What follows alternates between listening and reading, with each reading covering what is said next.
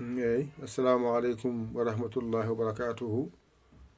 e bandiraɓe sehilaɓe jangguiyankoɓe eɗen garti kadi e windande men hande windande men wattore nogas hande eɗen janga wa holno masirte ɗo so ɗiggi ko jangete e wa a gayni a timmini bisimillah janggen ɗo woni wa gasi ɗo aw aaw ɗo ko waw waaw ɗo timmi ɗo ko wi wii ɗo ko iw iiw ɗo ko wiw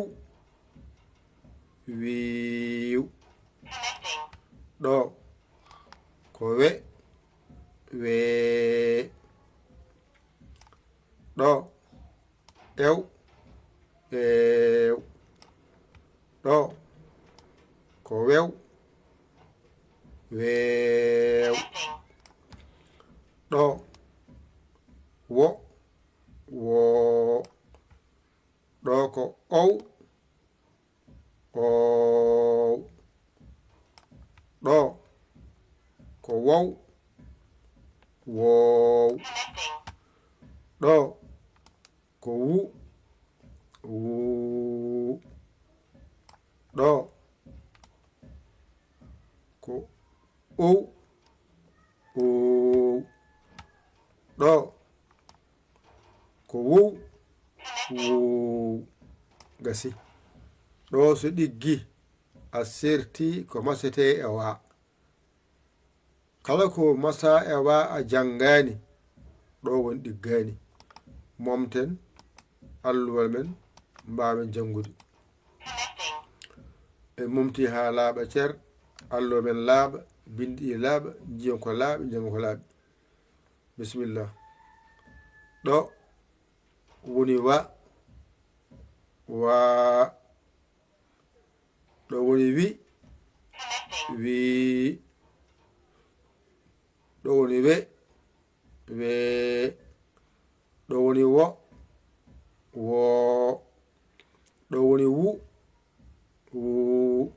gasi ɗo masde ɗe keedi ko yeeso ngara ɗo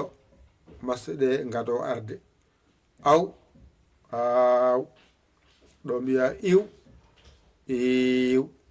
ɗo mbiya ew eew ɗo mbiya ow oow ɗo mbiya ow ow ɗo timmi ngara lomba maskal ngal hakkude mbiya waw waaw ɗo mbiya wiw e wiiw ɗo mbiya wew weew ɗo mbiya wow woow ɗo mbiya wuw wuw ari ardi ɗo so ɗiggi a serti e majjere nde ɗo hankadi ɗo ko a tan lomba ɗo mbiya wa waa aw aaw waw waaw ɗo timmi hay ɗo i tan lomba ɗo mbiya wi wii iw iiw wew weew ɗo gasi ɗo ko e tan waɗa ɗo ɗo mbiyata ko we wee ew eew wew weew gasi hay ɗo ko o tan lomba ɗo henne mbiyata ko wo woo ow oow wow woow ɗo ko u tan lomba ɗo mbiya wu wuu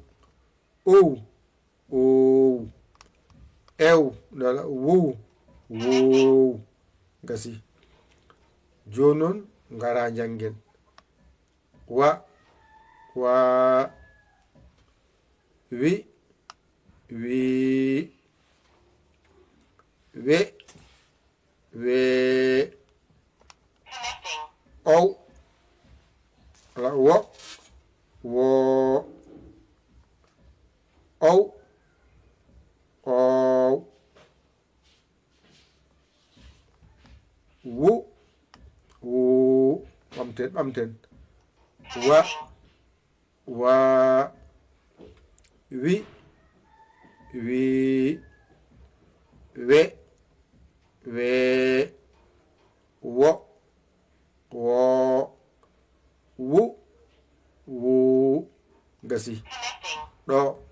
aw aw iw iw ew ew wow ow ow u ɗo ko waw waw ɗo ko wiw wiw ɗo ko wew wew ɗo ko wow wow ɗo ko wow wow gasi timmi windande ekko hijjo pular wottore nogas timmi ƴettu kuɗol ma e karne ma mbañotoɗa janga ɗigga a hoolaki hoore ma ɗakkoɗa bawɗo o holluma o walluma ha jiya lawol aɗa yamani walluma noddu en 00 221 77 906 14 81 mbaɗa yaya mbaɗa li jiya WhatsApp o tagir sagere ma walla an keso jiɗɗo nadde e jangde ngara kalanɗa sarɗiji joɓa janga balla duusa janga balla duusa on wonɓe YouTube Facebook funnage hirnage rew worgo jangoɓe hemɓe onon kaldenmi mbaɗa hen balle moɗon e jingere moɗon hoto hay goto ɗaw hoore hunde ɗo moƴƴo hoore hunde tawma ha suuduma janga mbawa jahajuma deƴƴa tan ndeeƴa yoɗani faɗɗani yoɗi faɗɗi aɗa walla e wallu aɗa jingane jingu aɗa andi numéro waɗi hen lumbu hen ko mbawɗa ko jahajuma aɗa walle waɗi hen ko mbiyeɗa ko jokka hajuma alarbaji mon yo ngar walla lewru so maayi mbaɗa hen foddema duusa jangde yahore yo Allah hokke nande ɗum e famde ɗum ko musidɗo mon guiɗo mon saabu Allah Yaya Ly ko Sénégal alhamdulillahi bi alamina on jarama salam numéro ko 00 221 77 906 14 81 mbaɗa yaya mbaɗa li jiya WhatsApp o a jiɗi waɗi hen ballal ma waɗɗon yetto